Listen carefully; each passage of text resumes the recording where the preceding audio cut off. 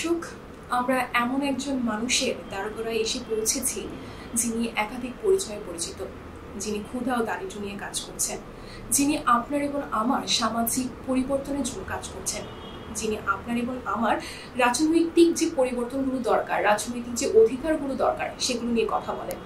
তিনি সমাজের জন্য কথা বলেন এবং তিনি মনে করেন স্বল্প সময়ের জন্য কোনো পরামর্শ দিয়ে সমাজে কোনো পরিবর্তন চলে আসে না, তার জন্য প্রয়োজন দীর্ঘ সময়ের একটি বিনিয়োগ। তিনি বদিউল আলম মজুমদার। তাকে আমরা অনেকভাবেই চিনি। আজকে সংবাদ প্রকাশের সামনে তাকে আমরা ব্যক্তি জীবন থেকে শুরু করে তার কার্যক্রম নিয়ে আপনাদের সামনে তুলে ধরবো। চলুন তার সাথে দেখা করি। কেমন আছেন স্যার? শুরুতেই আসলে অনেকগুলো ধন্যবাদ আপনাকেও। অনেকগুলো পরিচয় দিয়েছি, সেই পরিচয় তো আমরা আস্তে আস্তে জানবো, কিন্তু আমরা আসলে ব্যক্তি বদিউল আলম মজুমদারকে জানতে চাই, যার জন্ম হচ্ছে কুমিল্লায়। সেই বেড়ে ওঠা শৈশবগুলো, সেগুলো নিয়ে যদি আমাদের স্মৃতিচারণ করতেন। আমার জন্ম দ্বিতীয় বিশ্বযুদ্ধের পরে 50 মন্বন্তরের প্রেক্ষাপটে। তো সেই সময় মানুষের অর্থনৈতিক দিক থেকে মানুষ অনেক পেছনে ছিল, ব্যাপক দারিদ্র, এবং 50 মন্বন্তরে অনেক মানুষ মারা গিয়েছে এই অঞ্চলে। তো সেই প্রেক্ষাপটে আমার জন্ম, এবং একটা দরিদ্র পরিবারে জন্ম। আমি বাবা মা একমাত্র সন্তান। আমার বাবা, যিনি স্কুল জীবন শেষ করতে পারেন নাই, তাকে দারিদ্র্যের কষাঘাতে পিষ্ট হয়ে তাকে স্কুল ছেড়ে তাকে আয়ের সংস্থান করতে হয়েছে। তিনি নওয়াব ফয়জুন্নেসা কলেজের স্টেটে তিনি নায়েব হিসাবে চাকরি করেছেন। আমি একমাত্র সন্তান, এবং আমার বাবা চেয়েছিলেন আমি ইসলামী লাইনে পড়াশোনা করি। আমি হাফেজ, তিনি আমাকে হাফেজ বানাতে চেয়েছিলেন, কিন্তু আমার মায়ের অনমনীয়তার কারণে আমি স্কুলে ভর্তি হই, এবং বহু কষ্ট করে চরম দারিদ্র্যের মধ্যে বড় হয়েছি। এবং আমি যখন হাই স্কুলে পড়ি, তখন আমার বাবা তিনি স্ট্রোকে আক্রান্ত হয়ে তিনি তার শরীরে এক পাশ অবশ হয়ে যায়। তিনি আমাদের আয় উপার্জন আমাদের পরিবারের জন্য শূন্যতে দাঁড়ায়। তো তার মধ্যেই স্কুল শেষ করেছি, কলেজ শেষ করেছি। আমি স্কুল জীবন থেকেই রাজনৈতিক সচেতন বলবো না, ওই যে আমি প্রতিবাদী ছিলাম। আমি 62 শিক্ষা আন্দোলনে, তখন আমি ক্লাস 10-এর ছাত্র, তখনই আমি শিক্ষা আন্দোলনের সাথে যুক্ত হয়েছিলাম। তারপরে সেই 6 দফা আন্দোলন এবং 69-এর গণ আন্দোলনের সময় আমি তখনকার ইকবাল হল, এখনকার জরুলক হল, সেই হলের নির্বাচিত সাধারণ সম্পাদক ছিলাম। আমাদের হল থেকেই সেই 69-এর গণ আন্দোলন অনুষ্ঠিত হয়। তো আমার রাজনৈতিক সচেতন হিসাবে অনেকগুলো ইস্যু সম্পর্কে আমার সচেতনতা ছিল, আমি আগ্রহী ছিলাম ছোটকাল থেকেই, এবং অনেক ইস্যুতেই আমি নিজেকে সম্পৃক্ত করেছি। তো আমি আমার লেখাপড়া শেষ করার পর আমি ঢাকা বিশ্ববিদ্যালয়ের রাজনীতি ছেড়ে দিয়ে আমি বিশ্ববিদ্যালয়ের শিক্ষক হিসেবে যোগদান করি, লেকচারার হিসাবে। তারপরে আমি বিদেশে যাই, মার্কিন যুক্তরাষ্ট্রে। সেখানে লেখাপড়া করি, মাস্টার্স ডিগ্রি এবং পিএইচডি ডিগ্রি করি, এবং সেখানে বহু বছর অধ্যাপনা করেছি। এবং আমি নেসার সাথেও যুক্ত ছিলাম। মহাকাশে কোনো একদিন আমাদের প্রক্রিয়াজাত হবে বিভিন্ন পণ্য, সেই রকম একটা কাজের সাথে আমি যুক্ত ছিলাম।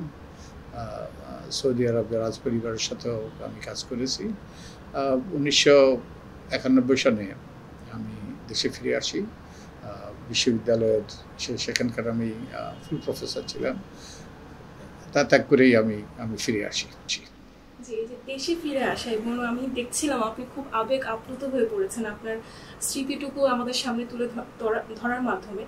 আমি আপনার কাছে জানতে চাই, এই যে দারিদ্র্যকে চোখের সামনে দেখা এবং মুক্তিযুদ্ধ, দুর্ভিক্ষ বলবো, এই সব কিছুই কি আসলে, আমরা জানি আপনি একটি হাঙ্গার প্রজেক্টের সাথে জড়িত রয়েছেন, 1991 সালে দেশে ফেরার পর 1993 সালে যোগদান করেছেন।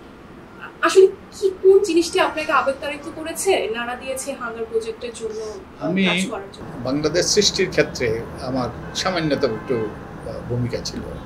তো আমি সবসময় দায়বদ্ধ অনুভব করেছি যে এই দেশটাকে গড়ে তোলার ব্যাপারে, এই দেশটাকে সমৃদ্ধ করার ব্যাপারে, আত্মনির্ভরশীল করার ব্যাপারে আমার একটা দায়বদ্ধতা আছে। সেই দায়বদ্ধতার অনুভূতি থেকেই আমি বাংলাদেশে ফিরে আসি। তো আমরা যে উপলব্ধি থেকে আমি হাঙ্গার প্রজেক্টের সাথে যুক্ত হয়েছি সেটা হলো যে ক্ষুধা, দারিদ্র্য, আমি দারিদ্র্যের মধ্যে বড় হয়েছি, অতএব আমি ব্যক্তিগতভাবে অনুভব করেছি এবং এটা মানুষের আত্মমর্যাদাবোধকে হরণ করে, ক্ষুধা দারিদ্র্য, এবং এটা মানুষকে মানবতার জীবনযাপনে বাধ্য করে এবং এটা তাদের যে একটা মর্যাদাপূর্ণ জীবন অর্জনে বিরাট প্রতিবন্ধকতা। তো আমি যে কারণে আমি হাঙ্গার প্রজেক্টের সাথে যুক্ত হয়েছি যে আমাদের উন্নয়ন বহুভাবে করা হয়, উন্নয়নের অনেকগুলো পদ্ধতি আমরা দেখেছি। যেমন মানুষকে সাহায্য করার জন্য, দরিদ্র মানুষকে, ক্ষুধার্ত মানুষকে সাহায্য করার জন্য আমরা দান খয়রাত দিই, ভিক্ষা দিই। এটা গুরুত্বপূর্ণ। মানুষ যখন চরম বিপদে, যখন তাদের বেঁচে থাকতে হবে, তখন তাদেরকে সহায়তা করতে হবে। কিন্তু এটা দিয়ে কারো দীর্ঘমেয়াদী পরিবর্তন করা যায় না, কাউকে নিজের পায়ে দাঁড় করানো যায় না। ভিক্ষা দিয়ে মানুষকে ভিক্ষুকেই, ওই যে ভিক্ষুক হিসাবেই তাদেরকে আমরা দেখি এবং ভিক্ষুকই থেকে যায় ভিক্ষা দিলে। এর পরিবর্তে বিভিন্ন রকম সেবা দেওয়া হয়, সরকার বিভিন্ন সেবা দেয়, বিভিন্ন রকম বেসরকারি সংস্থাগুলো সেবা দেয় এবং এই সেবাগুলো মানুষের জন্য অত্যন্ত গুরুত্বপূর্ণ। শিক্ষা সেবা, স্বাস্থ্য সেবা এবং অন্যান্য সেবামূলক কার্যক্রম। তো এই কার্যক্রমের মাধ্যমে মানুষকে বহুলাংশে মনে করা হয় তারা উপকারভোগী, তারা দরিদ্র, তারা সমস্যা, তারা তাদের সমস্যার সমাধান করতে পারে না। অতএব আমাদের বিভিন্নভাবে হয় ত্রাণ দিতে হবে, না হয় তাদেরকে সেবা দিতে হবে, এবং সেবা এগুলো তাদের প্রাপ্য, অনেকগুলো সেবা দিতে হবে। কিন্তু এই সেবাগুলো দিয়ে তারা নিজের পায়ে দাঁড়ানো সহজ নয়, দাঁড়াতে পারে না। বস্তুত এই সেবার মাধ্যমে তাদেরকে উপকারভোগী, তারা যেন উপকারই পায়, তারা যেন ওই যে আমাদের করুণার পাত্র, সেই রকমের একটা মানসিকতার সৃষ্টি হয় তাদের মধ্যে।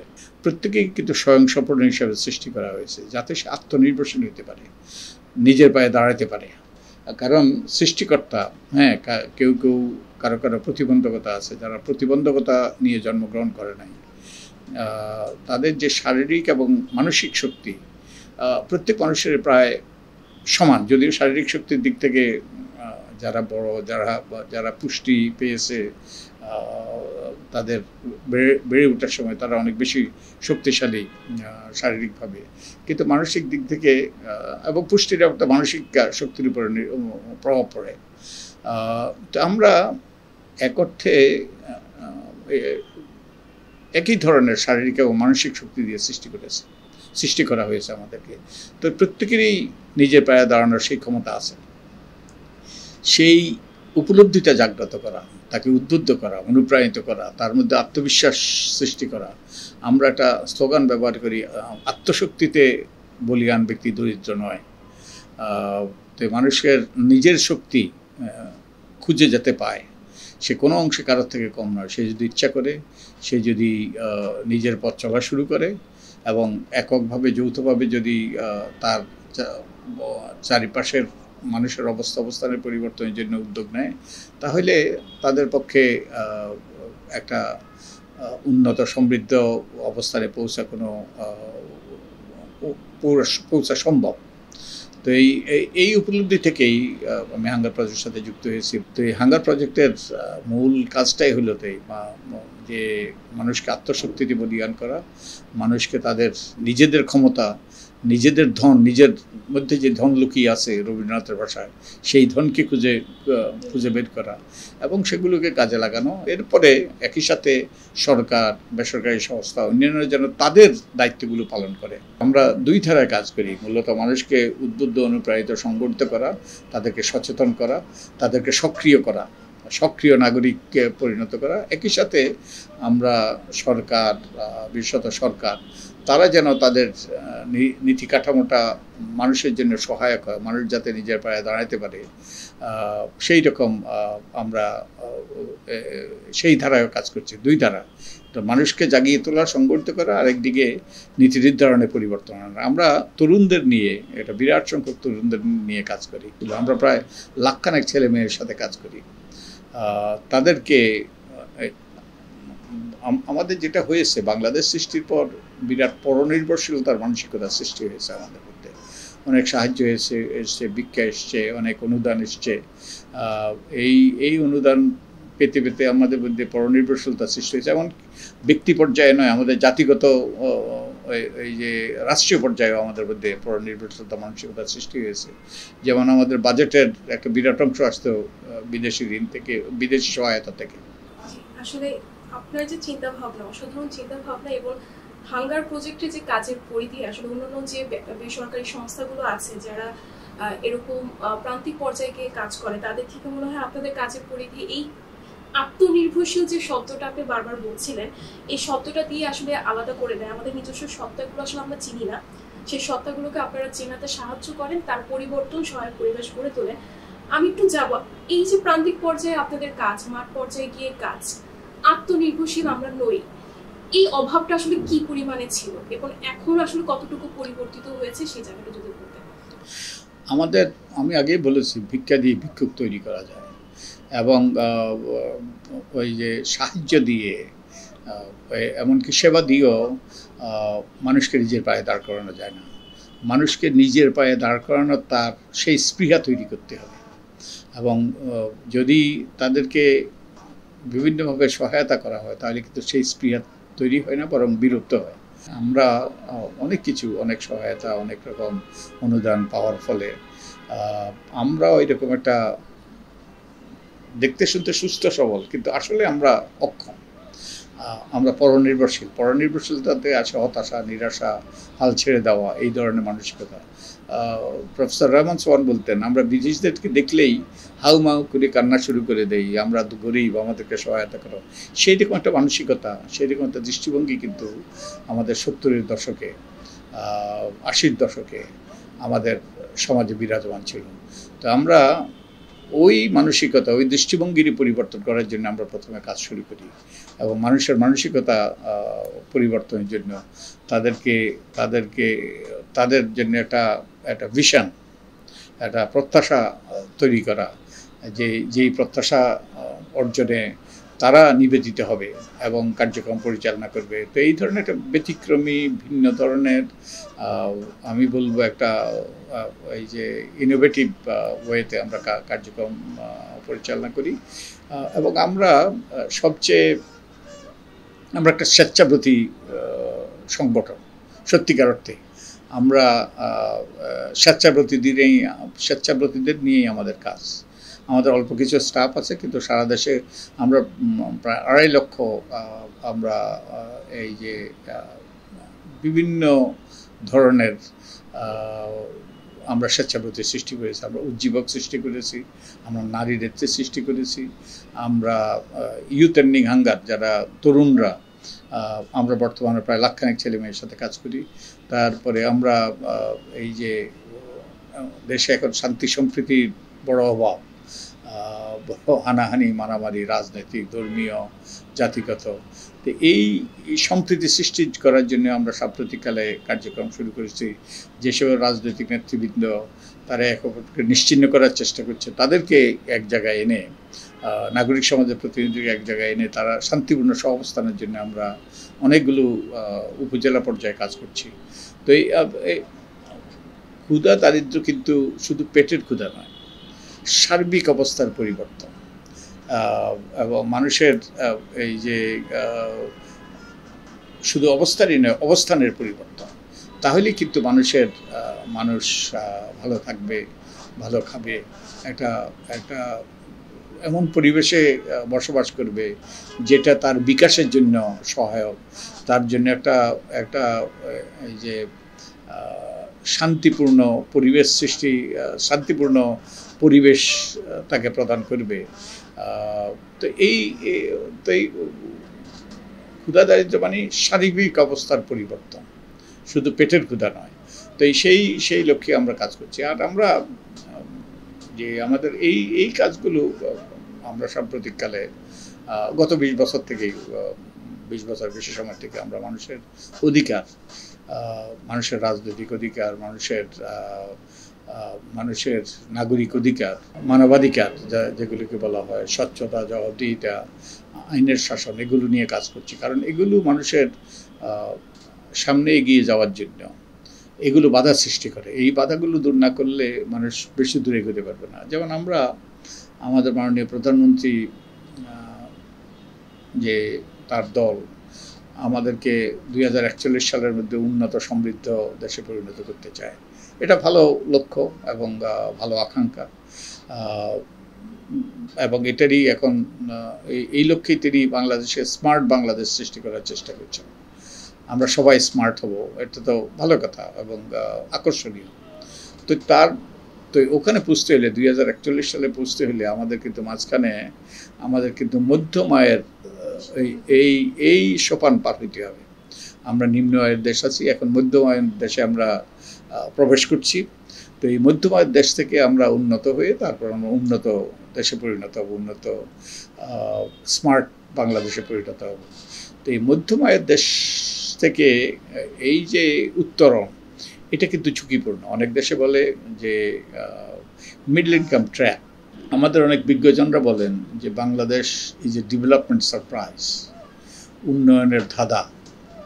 যে আমাদের যে সকল সমস্যা, আমাদের প্রাকৃতিক দুর্যোগ থেকে আরম্ভ করে যেরকম দুর্নীতি, দুর্বৃত্তায়ন, সুশাসনের অভাব, এর ফলে আমাদের বেশি দূর এগোনোর কথা ছিল না, কিন্তু তবু আমরা এগিয়েছি। এটাই উন্নয়নের ধাঁধা। তো এগুনের মূল কারণ হলো মানুষকে সচেতন করা, মানুষের অভ্যাসে পরিবর্তন আনা। তারপরে এই মানুষের নিজেরাই অনেকগুলো সমস্যার সমাধান করেছে। যেমন পয় নিষ্কাশনের সমস্যা, রিং স্ল্যাবের পায়খানা, ওই যে অল্প খরচে এগুলো করা সম্ভব। নিরাপদ পানির ব্যবস্থা, যদিও এখন আমাদের জন্য সমস্যা হয়ে দাঁড়িয়েছে। একসময় শতভাগ নিরাপদ পানির ব্যবস্থা হয়েছিল টিউবওয়েলের মাধ্যমে, কিন্তু এখন এটা আর্সেনিকের কারণে সমস্যা হয়ে দাঁড়িয়েছে। এবং জন্ম নিয়ন্ত্রণ ইত্যাদি ক্ষেত্রে এগুলো হলো সচেতনতা সৃষ্টি, মানুষকে উদ্বুদ্ধ করা, অনুপ্রাণিত করা। আমরা করেছি। এই দেশে ডায়রিয়ার অনেক ছেলে মেয়ে মারা যেত। তো এইগুলোর ক্ষেত্রে এই যে বেসরকারি সংস্থাগুলোর বিরাট ভূমিকা আছে, ক্ষুদ্র ঋণ এটাও বিরাট ভূমিকা পালন করেছে। তো এই যে আমরা যদি উন্নত সমৃদ্ধ দেশ হতে চাই, তাহলে কিন্তু আমাদের গণতন্ত্রের ঘাটতি পূরণ করতে হবে, সুশাসনের অভাব দূরীভূত করতে হবে, এবং আমাদের অনেক ক্ষেত্রে পরিবর্তন আনতে হবে।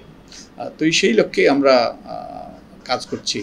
আমরা যদিও এটা হাঙ্গার প্রজেক্টের মাধ্যমে, এটা আমরা একটা ভিন্ন সংগঠন করেছি। আমি যেটার প্রতিষ্ঠাতা সাধারণ সম্পাদক প্রফেসর মুজাফর আহমদ, আমি এবং আরও আমাদের কিছু বন্ধুরা মিলে, এদেশের অনেকগুলো বিশিষ্ট নাগরিকরা মিলে আমরা সুশাসনযোগ্য নাগরিক এর প্রতিষ্ঠা করেছি, যেটা মানুষের অধিকার প্রতিষ্ঠার জন্য মানুষকে সচেতন করছে, সোচ্চার করছে এবং সংগঠিত করছে। তো এই নানামুখী কার্যক্রমের দরকার। মানুষের অবস্থানের পরিবর্তন করতে হলে এই যে বলা হয়, man cannot live by bread alone, তার জন্য আরও অনেক কিছু দরকার। তার একটা এই যে উন্নত সমৃদ্ধ জীবন অর্জন করতে হলে পেটের ক্ষুধা দূর করার বাইরে আর অনেক কিছু প্রয়োজন। সেই সার্বিক অবস্থা পরিবর্তনের জন্যই আমরা কাজ করছি। একদম স্যার, আমি সুজন নিয়ে কথা বলবো তার আগে একটু বলতে চাচ্ছিলাম যে আমার সামনে একটি বই দেখতে পাচ্ছি আপনার পথ চলার সেই জাগরণের প্রতিকৃতি হিসেবে। সেখানে আসলে অনেক সফলতার গল্প থাকবে এবং আমরা জানবো বইটি পড়ে। কিন্তু আমি স্যার জানতে চাচ্ছি, একদমই আপনারা যখন মাঠ পর্যায়ে কাজ করেন, আমরা জানি বাংলাদেশে এখনও ভালনারেবল প্রপার্টি রয়েছে। ধনীদের হাতে যে সম্পত্তিগুলো আছে, আমাদের দরিদ্রদের জন্য যে ধরনের সম্পত্তি বা সামাজিক সুরক্ষা খাতে যে ধরনের বরাদ্দ রাখা হয় সেটি প্রয়োগটি হয় না এবং তাদের কাছে পৌঁছায় না। আপনারা এই অবস্থাগুলো দেখেছেন, এই প্রতিকূলতা কিভাবে আপনারা ব্যবস্থা করেন বা এগুলো নিয়ে কিভাবে কাজ করেন তার একটু ছোট্টভাবে একটু শুনতে চাচ্ছি। যে বিশ্ব নেতৃবৃন্দ যে এসডিজি অর্জনের জন্য তারা প্রতিশ্রুতিবদ্ধ, যে 2015 সালে বিশ্ব নেতৃবৃন্দ নিউ ইয়র্কে ঘোষণা দিয়েছে যারা সারা পৃথিবীর মানুষের জন্য একটা উন্নত অবস্থান অর্জনের জন্য তারা এসডিজি নামক 17টি অভিষ্ট চিহ্নিত করেছে। এবং এই অভিষ্টগুলো সেই নিউ ইয়র্কে সেগুলো প্রণীত হয়েছে। যদিও এটা প্রণয়নের ব্যাপারে মানুষের সাথে অনেক মানুষের মতামত নেওয়া হয়েছে, কিন্তু এগুলো নিউ ইয়র্কে ঘোষিত হয়েছে, কিন্তু এগুলো অর্জিত হইতে হবে তৃণমূল পর্যায়ে। তো এটা স্থানীয়করণ করতে হবে। তো আমরা যে কাজটা করার চেষ্টা করছি সেটা হলো জনগণের প্রতিনিধি, নির্বাচিত প্রতিনিধি, ইউনিয়ন পরিষদ থেকে আরম্ভ করে অন্যান্য নির্বাচিত প্রতিনিধি, জনগণ নির্বাচিত প্রতিনিধি আর একদল স্বেচ্ছাব্রতী, আমাদের তরুণরা, আমাদের নারীরা, আমাদের উজ্জীবক আমরা বলি, এই যে বিভিন্ন ধরনের স্বেচ্ছাব্রতীরা, এই 3 ধরনের শক্তি গ্রামে ইউনিয়ন পর্যায়ে একত্রিত হয়ে তারা এসডিজি অর্জনের জন্য কাজ করছে। এসডিজি অর্জনের মানে এই যে শিক্ষা, স্বাস্থ্য থেকে আরম্ভ করে যে মানুষের সার্বিক পরিবেশ এবং একই সাথে যে কতগুলো অধিকার এসডিজি 16 এগুলো অর্জন করা লক্ষ্য। এবং এখানে কাউকেই পেছনে ফেলে রাখা হবে না, no one to be left behind. তো আমরা এসডিজি অর্জনের জন্য এই যে স্থানীয় পর্যায়ে আমরা এসডিজি ইউনিয়ন গড়ার চেষ্টা করছি। এই 3 ধরনের শক্তি, জনগণের প্রতিনিধি এবং একদল ভলান্টিয়ার যারা মানুষকে জাগিয়ে তোলে, সংগঠিত করে এবং তাদের যে ভিতরের শক্তিকে জাগিয়ে তোলে এবং সংগঠিত করে। এবং এর ফলে যেটা হয়েছে, গ্রামে গঞ্জে প্রতি গ্রামে, অনেকগুলো গ্রামে এখন ভিলেজ ডেভেলপমেন্ট টিম, এই যে গ্রামবাসীরাই তাদের গ্রামটাকে উন্নত সমৃদ্ধ করার ব্যাপারে তারা সংগঠিত হয়ে বিভিন্ন রকম কার্যক্রম করছে ইউনিয়ন পর্যায়ে। ওই যে এবং গ্রামবাসীকে সংগঠিত করার ব্যাপারে আমাদের ভলান্টিয়াররা বিভিন্নভাবে সহায়তা করছে। তারপরে ইউনিয়ন পর্যায়ে ইউনিয়নের মাধ্যমে অনেকগুলো সরকারি সুযোগ সুবিধা আছে, এই সুযোগ সুবিধা কেন মানুষের কাছে পৌঁছায়, এই ব্যবস্থাটা করে। এবং আমাদের এই স্বেচ্ছাব্রতীরা ইউনিয়ন পরিষদের স্বচ্ছতা জবাবদিহিতা নিশ্চিত করে।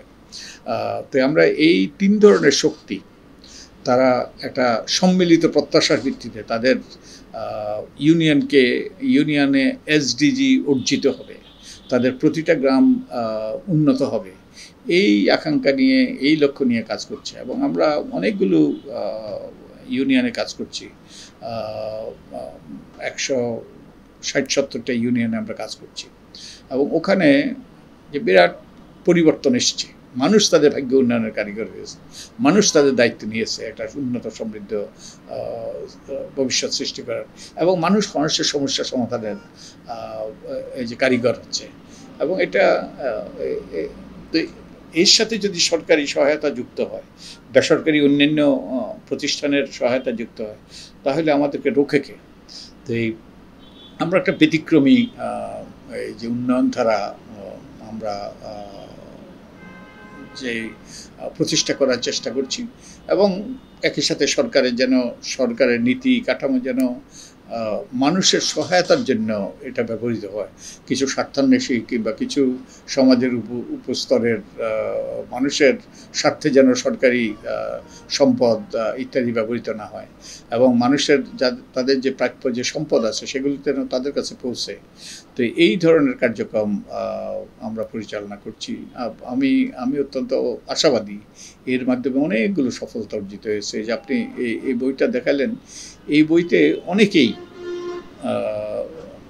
এটা আমার 30 বছর পূর্তি উপলক্ষে এটা প্রকাশিত হয়েছে, অনেকেই আমার অনেক যে আমাদের অনেক ভলান্টিয়াররা লিখেছে, আমাদের অনেক স্বেচ্ছাসেবীরা লিখেছে, আমার অনেক যারা আমাদের কর্মকাণ্ডে সহযোগী তাদের অনেকে লিখেছে, এবং আমরা এখন সংগ্রহ করার চেষ্টা করছি। দেশে হাজার হাজার মানুষ, আমরা কিন্তু কোনো দান ভিক্ষা অনুদান সাহায্য করি নাই, কিন্তু আমাদের মানুষের মধ্যে একটা জাগরণ সৃষ্টি করেছি, তাদের মধ্যে একটা আকাঙ্ক্ষা সৃষ্টি করেছি, এবং তাদের মধ্যে একটা এই যে আত্মবিশ্বাস আত্মপ্রত্যয় সৃষ্টি হয়েছে। এবং এর মাধ্যমে এবং আমরা কিছু সরকারি সুযোগ সুবিধা এগুলো তাদের কাছে পৌঁছায় সেগুলো ব্যবস্থা করেছি। এখন অনেকেই হাজার হাজার ব্যক্তি নিজের পায়ে দাঁড়িয়েছে এই প্রচেষ্টার মাধ্যমে। উন্নয়নের ধারাটি বজায় থাকুক, আমরা চাই এমন বাংলাদেশই আসলে আপনাদের হাত ধরে আসুক। সুজনের কাছে চলে যাব। সুজন 2002 সালে 1 লক্ষ নিয়ে তৈরি, শুধুমাত্র সিটিজেন ফর ফেয়ার ইলেকশন, যাতে আমাদের ভোটাধিকার নিশ্চিত হয়। তারপর আপনাদের মনে হলো যে শুধুমাত্র ভোট নিশ্চিত করলে হবে না, নাগরিকের আসলে অনেক ধরনের অধিকার রয়েছে। সেই অধিকারের জন্য আসলে 2003 সালে সুজনের প্রতিষ্ঠা, এবং আপনার প্রতিষ্ঠাকালীন সাধারণ সম্পাদক। সামনে নির্বাচন, আমরা কি ভোটের অধিকার পেয়েছি? আমাদের তখন কিন্তু যখন আমরা সিটিজেন ফর ফেয়ার ইলেকশনস আমরা যখন প্রতিষ্ঠা করি তখন কিন্তু মানুষের ভোটের অধিকার ছিল। তো তখন আমাদের লক্ষ্য ছিল যে এই ভোটের মাধ্যমে যেন সৎ ব্যক্তি, ক্লিন ক্যান্ডিডেট, জনকল্যাণে নিবেদিত ব্যক্তিরা যেন নির্বাচিত হয়ে আসে, সেই লক্ষ্য নিয়ে আমরা শুরু করেছিলাম।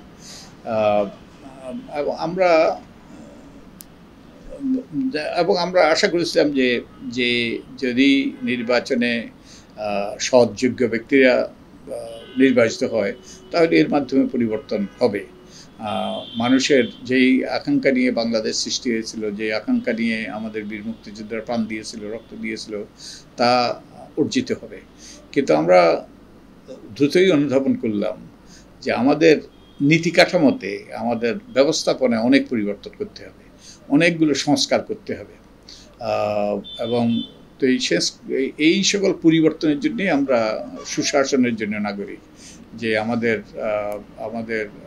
সংবিধানের পরিবর্তন আনতে হবে, নির্বাচনী ব্যবস্থায় পরিবর্তন আনতে হবে, আমাদের এই যেইভাবে শাসন কার্য পরিচালিত হয় সেই ক্ষেত্রে পরিবর্তন আনতে হবে, অনেকগুলো পরিবর্তন আনতে হবে, অনেকগুলো সংস্কার দরকার। আমাদের যদি গণতন্ত্রের ঘাটতি পূরণ করতে হয়, সুশাসন নিশ্চিত করতে হয়, সেই লক্ষ্যেই সুজনের সৃষ্টি। তো আমরা দুর্ভাগ্যবশত আমরা ওই যে যখন আমরা আমাদের শুরু করার সময়ে মানুষের ভোটাধিকার ছিল, কিন্তু দুর্ভাগ্যবশত ক্রমান্বয়ে আমরা ভোটাধিকার থেকে বঞ্চিত হয়েছি। এখন আমাদের বড় লড়াই হলো মানুষের ভোটাধিকার নিশ্চিত করা, এবং মানুষের অন্যান্য যে সকল অধিকারগুলো, বাক স্বাধীনতা থেকে আরম্ভ করে মানুষের যে চিন্তার স্বাধীনতা, তারপরে সমবেত হওয়ার স্বাধীনতা, রাজনৈতিক কর্মকাণ্ড পরিচালনা করার স্বাধীনতা, নাগরিক সমাজে তাদের কার্যক্রম পরিচালনা করার সেই সুযোগ, তো এগুলো সংকুচিত হয়েছে দিন দিন। আমাদের ভোটাধিকার যেমনিভাবে আমরা ভোটাধিকার থেকে বঞ্চিত হয়েছি, সাথে সাথে এই সকল অধিকারগুলো সংকুচিত হয়েছে। এবং ভোটাধিকার এই যে ভোটাধিকার থেকে বঞ্চনার কারণেই কিন্তু এই সকল অধিকারও সংকুচিত হয়েছে, কারণ জনগণের সম্মতি শাসন প্রতিষ্ঠিত হয়নি। তো জনগণ, সরকার যদি শাসন কার্য পরিচালনা করতে হয় তাহলে কিন্তু এই যে বিভিন্ন রকমের এই যে নিবর্তনমূলক কার্যক্রমের মাধ্যমে মানুষকে শাসন কার্য নিবর্তনমূলক কার্যক্রমের মাধ্যমে তাদের টিকে থাকতে হবে।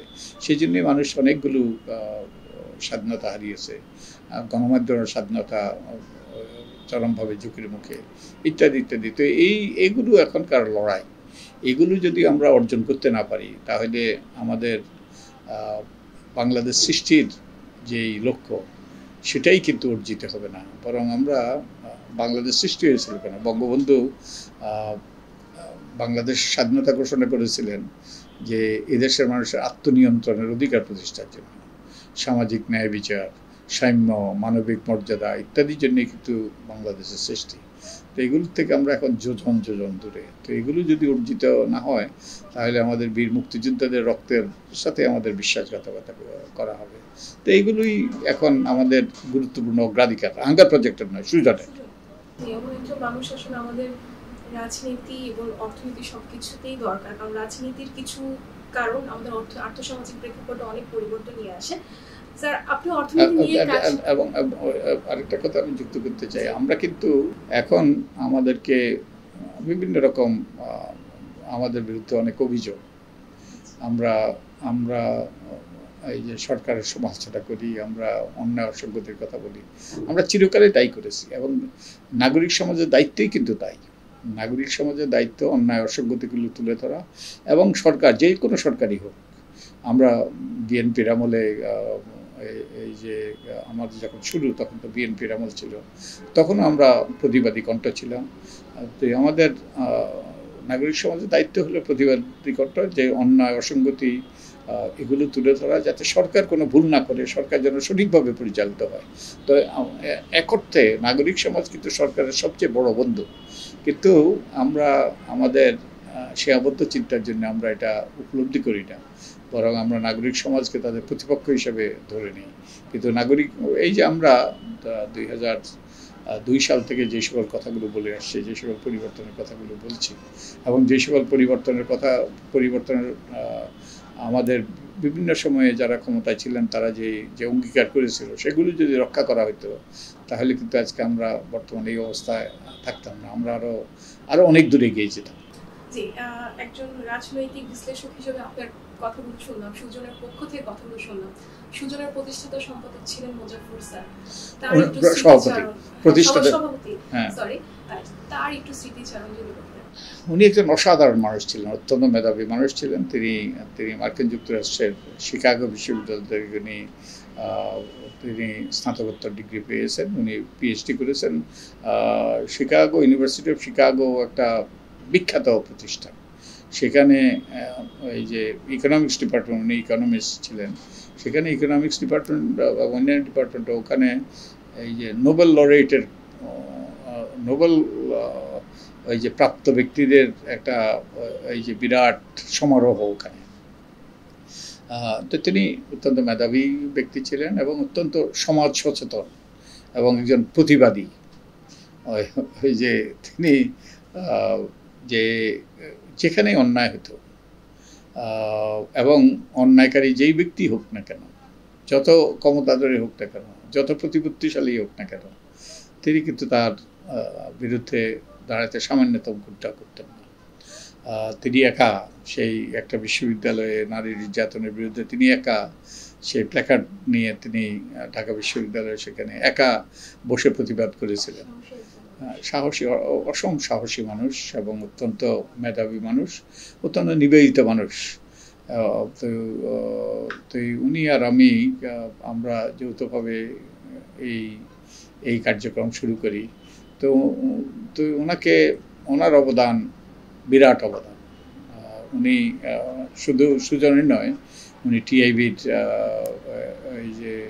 টিআইবির বোর্ডের সভাপতি ছিলেন এবং অনেকগুলো যে পরিবেশ আন্দোলনের তিনি একজন পুরোধা ছিলেন। যেই সব ক্ষেত্রে পরিবর্তন দরকার ছিল, যেই সব ক্ষেত্রেই অসঙ্গতি ছিল, সেই সব ক্ষেত্রেই তাকে পাওয়া যেত এবং সেই সব ক্ষেত্রেই তিনি গুরুত্বপূর্ণ ভূমিকা পালন করেছেন। তো আমরা তাকে মিস করি এবং তার স্মৃতির প্রতি শ্রদ্ধা জ্ঞাপন করি, তার আত্মার শান্তি কামনা করি। একদমই শেষ পর্যায়ে চলে আসছি। সব প্রতিবন্ধকতা দূর হোক, তেমন একটি বাংলাদেশ চাই। আগামী ভবিষ্যতে কেমন বাংলাদেশকে দেখতে চান? আমরা তো অবশ্যই আমরা একটা মধ্যমায়ের দেশে পৌঁছতে চাই এবং আমরা এর মাধ্যমে আমরা উন্নত বাংলাদেশ সৃষ্টির একটা সোপান পার করতে চাই, যে দ্বন্দ্ব হানাহানি এই সকল অবসান হওয়া দরকার। তো আমরা একটা শান্তিপূর্ণ বাংলাদেশ চাই।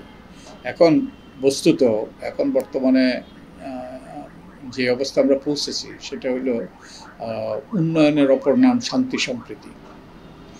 আমরা শান্তি সম্প্রীতি যদি অর্জন করতে না পারি, আমরা আমাদের সমস্যাগুলো যদি নিজেরা আলাপ আলোচনা করে সমাধান করতে না পারি, আমাদের নির্বাচন নিয়ে যে সকল সমস্যা সৃষ্টি হয়েছে এগুলো দূরীকরণের জন্য যদি আমরা সমবেতভাবে উদ্যোগ নিয়ে যদি আমরা সমস্যার সমাধান করতে না পারি, তাহলে কিন্তু আমাদের এই যে অশান্তি আরও এবং সহিংসতা ব্যাপক আকার ধারণ করতে পারে।